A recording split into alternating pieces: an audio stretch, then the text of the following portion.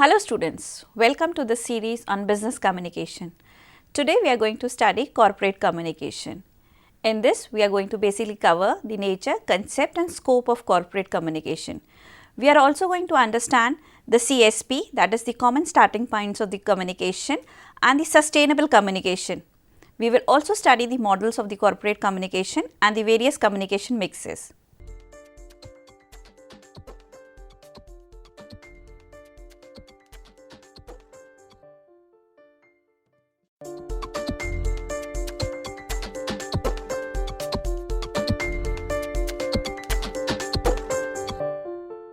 Now let's see what is corporate communication. See, corporate communication is related to the company vision and mission, where you want to identify the brand and take it to the market. The basic shape of the personality of the company is given by the corporate communications. Let's define it in a technical way. According to Blow, Thomas and Kelvin, in 1989, they said, the integrated approach to all communications provided or produced by an organization directed to all relevant target groups is known as corporate communication. According to Blow, in 1984, each item of communication must convey and emphasize the corporate identity. According to Jackson, in 1987, corporate communication is one of the first to appear in the international literature. Corporate communication is the total communication activity generated by company to achieve its planned objectives.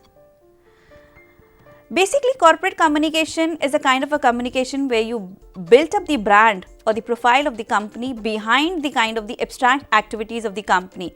It is profiling the company behind the brands, or it is designing the identity of company in the eyes of the customers. The responsibility of corporate communication is high because you have to take the vision or the mission of the company to the people.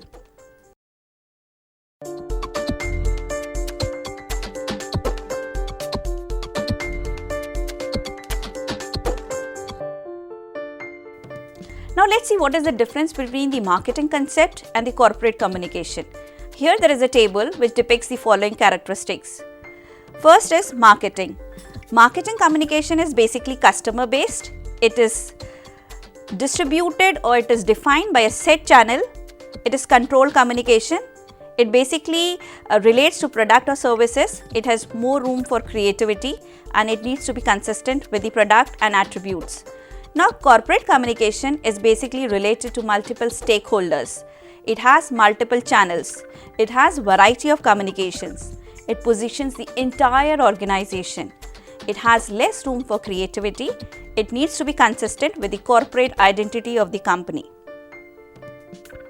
Now, let's see this diagram which is given by Weil Balmer and Graces in 1984. This is a very complicated diagrams.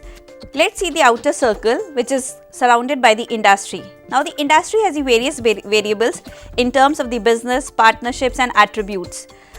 The another outer circle which basically consists of the variables which impact the businesses or the industries. They are like the products, services, advertising, sponsorships, media. This is presentation, this is literature, this is the kind of the decision making, or it is the kind of the multimedia marketing. Now the outer circle is more detailed, which is impacted by the environment. Now what is environment? It consists of the government, the media, the financial, the marketing, the industry, the local government, the business partners, and above all is the international environment. So this is the total model of Weil Balmer, which has basically given you what are the variables or the components of the corporate communication.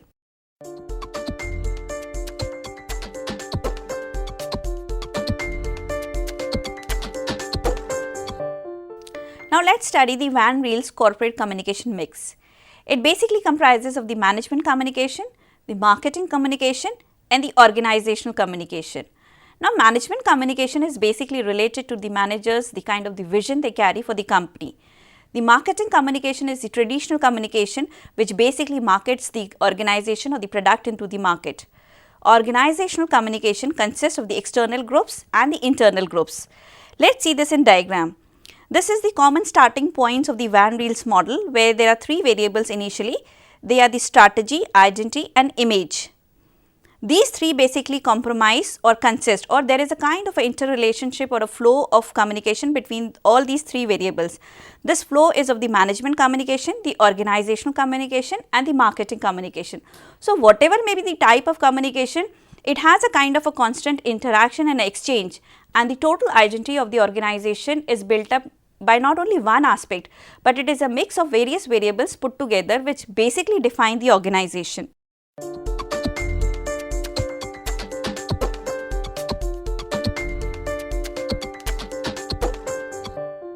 Now, let us study the Balmer's and Gray's marketing mix.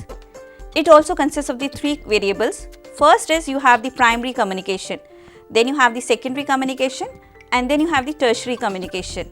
Now, when we talk about the primary communication, it is the basic communication about the product, services, staff, employees, it is the corporate behavior, what you are, that is the primary communication. It is your identity or your activities which are given to the audiences or to the clients.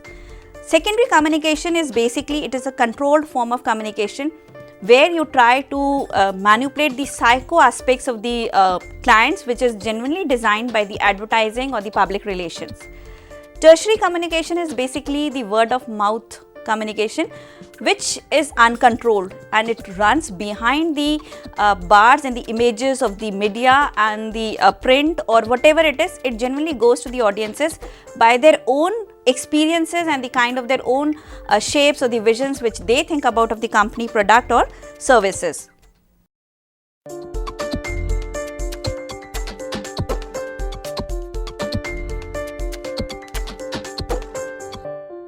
Now, let us study the Bernstein communication in 1984. What did he say about corporate communication?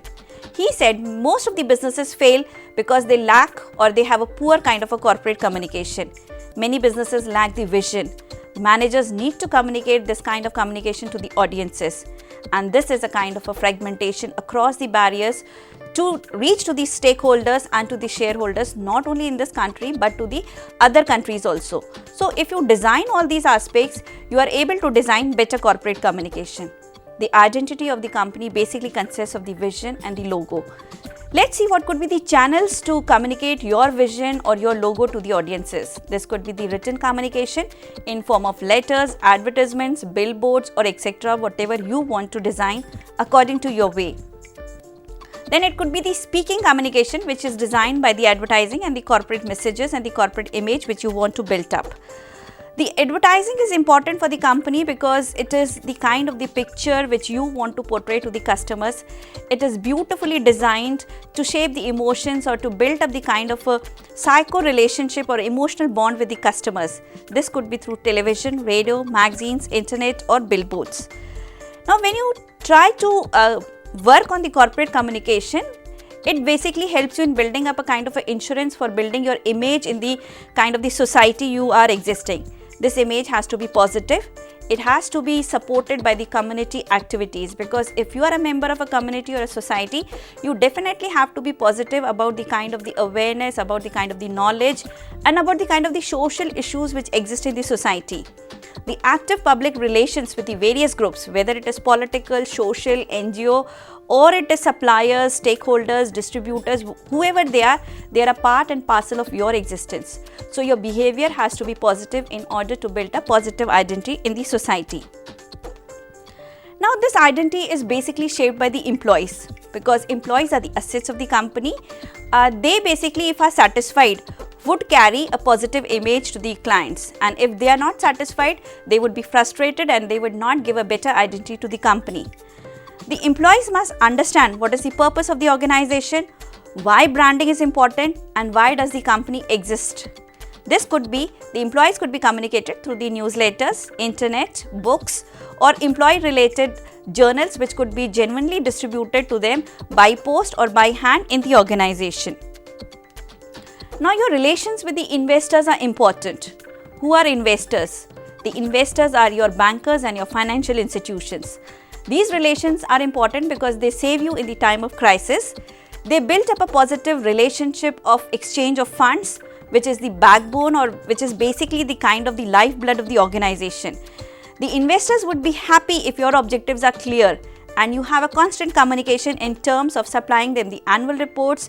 You basically give them the portfolios, you give them the project outlines, and you convince them through the brochures or the pamphlets. So basically your investment portfolios are important because this is the basic attribute which they would be concerned about and they would feel secured.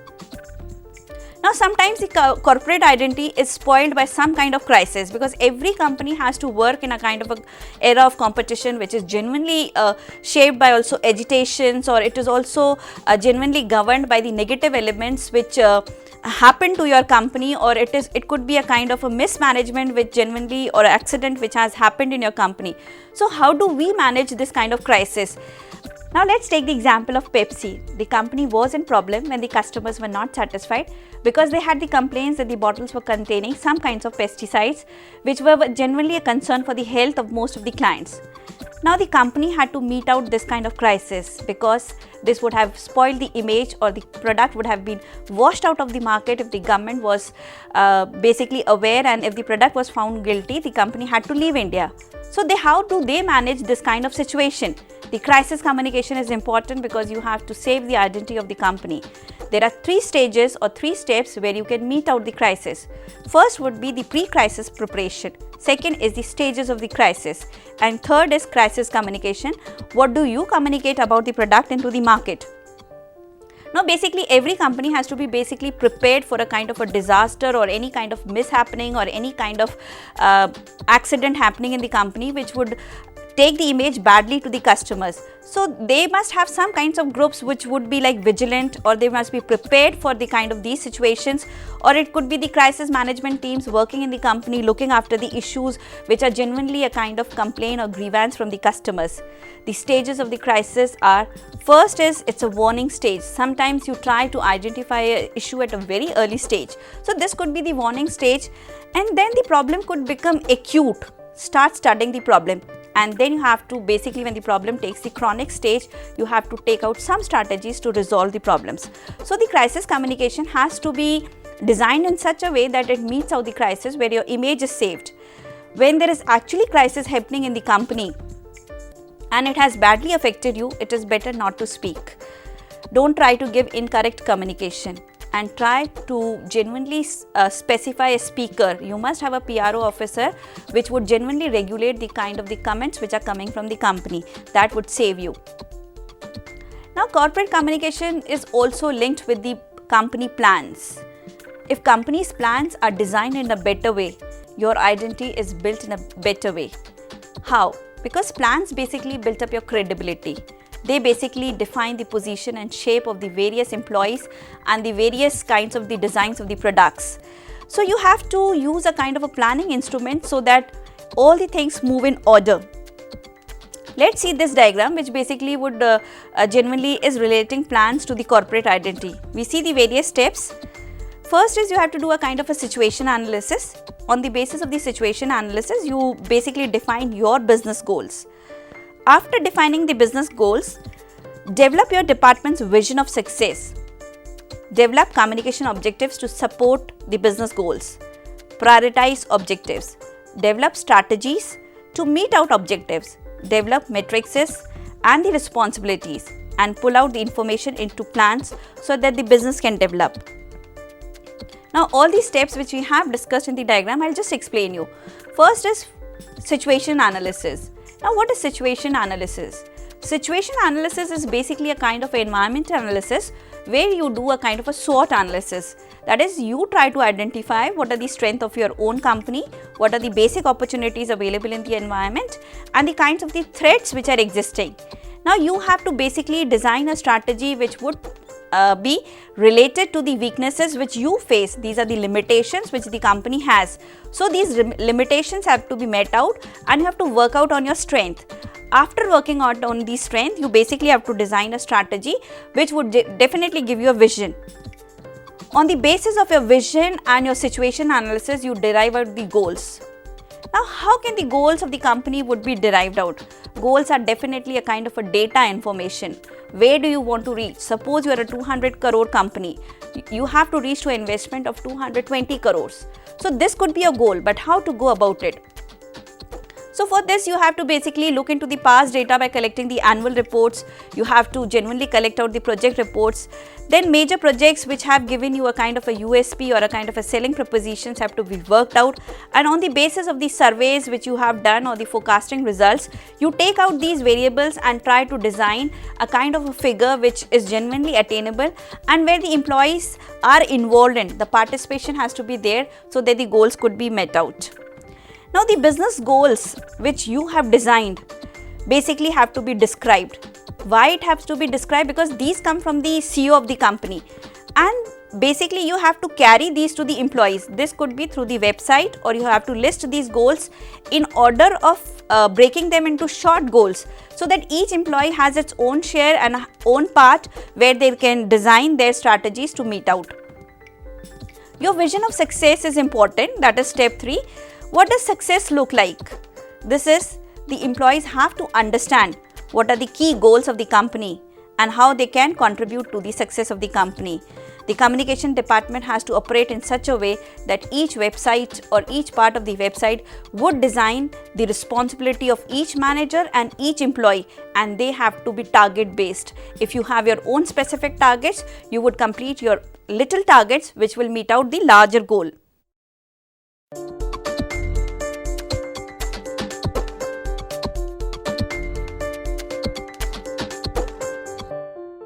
Now, how do we determine the objectives of the company?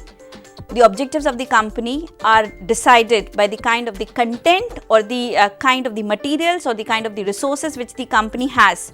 This could be the processes, the methods, the procedures available in the company, and how these updated procedures could be designed in such a way that you are able to reach your goals. Here your leadership and your communication abilities are important, so that you can connect people of right abilities to the perception of your company. Priorities of objectives is important. Let's see this diagram where we have two variables. You have the x-axis and you have the y-axis. On y-axis, we have shown you the importance of the objectives, and on the x-axis, you have the success. Now, you have very critical objective which is genuinely very essential for the company. Try to improve it, because if you don't improve this objective, the company is going to collapse. But if the critical object is genuinely into a kind of a quadrant which is successful, try to maintain that quadrant, because by maintaining this objective, you would have a better sustainability. If the issues are non-critical and if the kind of the quadrant which is shown in the third variable, then don't try to work on them. And if you are in the fourth variable, that is fourth quadrant, and if the objectives are basically they are not critical or they are not very important for the company, you try to add some value so that the issues can be worked out. Now you have to link your objectives with the company logo. What is logo? Now, logo is a kind of a symbol which genuinely would carry the vision of your company to the audiences. The logo has to be designed in such a way that it carries the basic ethics, the values, the inner desires and the feelings and the perceptions. It could be like seeing the logo, you would think what the company is all about. But how do we work about? You have to design strategies, and strategies consist of tactics. What are tactics? Now, tactics are short-term kind of events which you genuinely meet out in order to meet out the long-term strategy. What are the sources of success or the parameters by which you judge that the company is successful or company is going in a forward way or it is going backward? See, if you do a kind of an employee engagement survey and the employees are basically satisfied, this is a parameter of success for the company. If the polls on the internet or intranet are in your favor, if the audiences are happy, you are successful. If you have a survey which genuinely gives some kind of positive feedback from the clients, you are successful. And then even you can do a kind of a survey which could, you can take the feedback from the audiences on the phones or emails, or you can judge the kind of the perceptions of the audiences through this kind of the communication through internet. or you can hire a team or a research consultancy or a kind of a agency which would genuinely show you where you are, what are the kind of the frustrations or what are the kind of the complaints the audiences have. So if the satisfaction is there and if it's a kind of a 80% of a positive impact is there, you are a successful company in terms of having a good kind of a corporate communication where you are not only satisfying the customers in terms of the products and services, but you are also related to the affairs or the daily affairs of the people, related to their life of drama, social awareness, issues which they are touched upon in their daily practices. Now when you define success, you basically have another kind of parameters which genuinely are reflected by the company's events which you do. These events give you a kind of a feedback. This is the medium by which you try to judge if you are successful or you are not successful. The kind of high awareness and the understanding which you depict to the customers is the parameter of a good corporate communication. And the result is, if you have a good corporate communication and the company has its good identity, it results in a kind of a behavioral change in the customers. Maybe the customers start using your product, or customers start taking up the products or services which they would genuinely were not in practice, but because of your identity and your positivity, the people have taken up that behavior and that product or services has become a part of their life. It is important that you have to sell your plan to the clients, but how to go about it? See, first of all, you have to present the plan to the customers in such a way that they understand everything in the terms from A to Z, everything is depicted. The pre-dream stage, it is the operation stage, and the post-complaint or the post-purchase stage is also important. Explain what variables do not work and what variables do work, and how to carry about the total matrix or the gimmick of the plan is important. Now, corporate identity is also important because you genuinely have to take up a communication which is development oriented, because when you make plans, see, you are related to some kinds of products which may be not directly associated to the life of the customers, but you are in a kind of a concept selling. Concept selling is something like an event management group or a kind of a drama or kind of a service which is genuinely very complicated and the customers don't understand it. Now, it is very difficult that you make a plan which would convince the customers. So, for this, you basically have to go for a kind of a development communication. Now, what is development communication? It is the increased democratization of the product or services in order where the employees could participate, because they have to understand the complexities of the services. Like using an internet service in India was very difficult maybe 15 years back, but now it has become a part of not only the students and the professors or the engineers or the doctors, but they have become a part of usage for even the housewives. You could use the internet for shopping, which was not a trend maybe 15 years back. You must have a kind of a transparency. Transparency is whatever you do in the company must be reflected in terms of reporting to the employees. A holistic approach, a kind of a holy approach to examine the socio-political, economic and all the environmental issues is important, and it is the people's participation in the kind of the communication is important, because if they are important, they will make the product important, their services will become important. Now, genuinely when the communication is development oriented, it involves a kind of a participation which is two-way, and it is a kind of a communication which is genuinely emotional and feeling based. So, I hope the students must have understood the corporate communication, which is genuinely designed by the development communication. Both these issues are important to define the shape of the company. And this lecture basically beautifully covers through the models the kind of the corporate identity which the company has to take up in the market for its future approach or its survival in the market. Thank you, students.